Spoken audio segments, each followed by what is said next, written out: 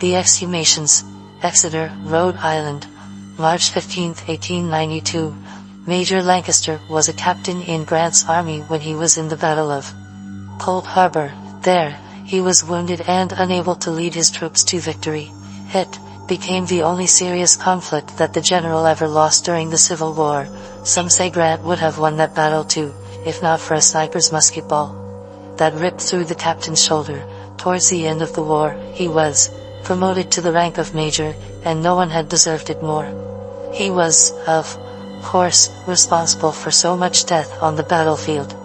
But it was Grant who received all the accolades for so many battles won.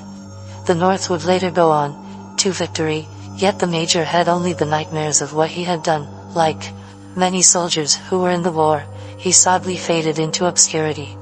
That is, until a young marshal entered his life. Asterisk, asterisk, asterisk. You can yell all you want, alright, there's nothing you can say to get us to cut up any vampires. There's a limit to what we will do. Now I told these men we would help with the digging, and that is it. At that moment, the four men turned towards their horses. Now, hold on then, the major said. You can do the digging if that is all you want. I'll have the rest taken care of if need be. There are 3 bodies in all, only 2 are buried. 1 is just sitting in a vault for Christ's sake. I'm going to pay you to dig up all 3. I would not want you men to think I don't appreciate you all. The major was seen as a stern man, aged from the war between the states. His gray beard shadowed his face with the blackest of eyes. His hair was never a concern to him. These men knew not to run.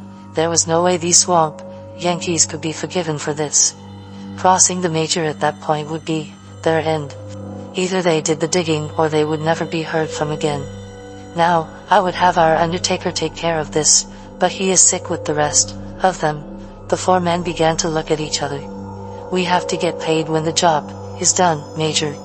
You're damn right you'll get paid. Every penny of it.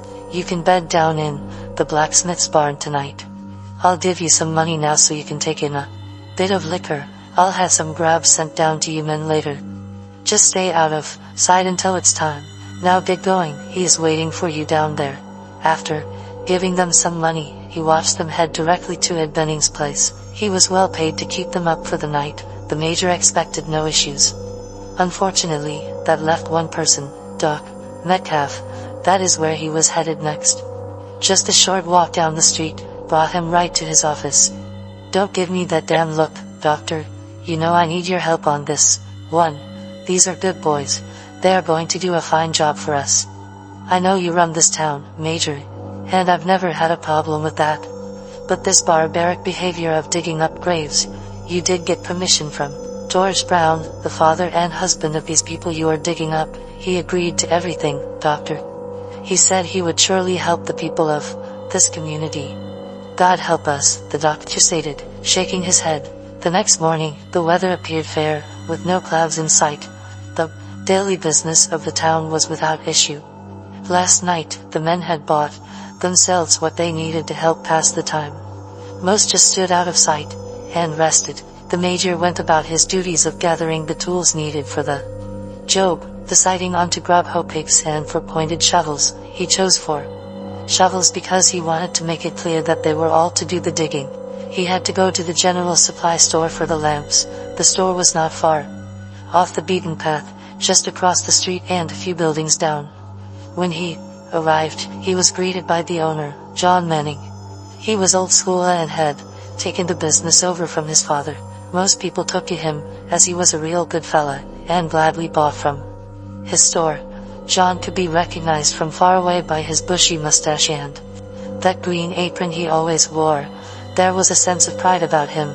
His place did extremely well. He made it his business to get everyone in town what they needed. Directly across the street was the doctor's office. Since the doc's wife passed, he moved out of his farmhouse and was now living in town. No one asked him if his farm was for sale. Everyone thought he would move back when he was ready. When the major entered the store, John was filling the shelves as usual. He quickly turned around and yelled out, "How are you, Major?" "I'm good, John," he replied. "Listen, I need 2 lamps, you know, the rugged, outdoor kind." "You mean those searchlights?"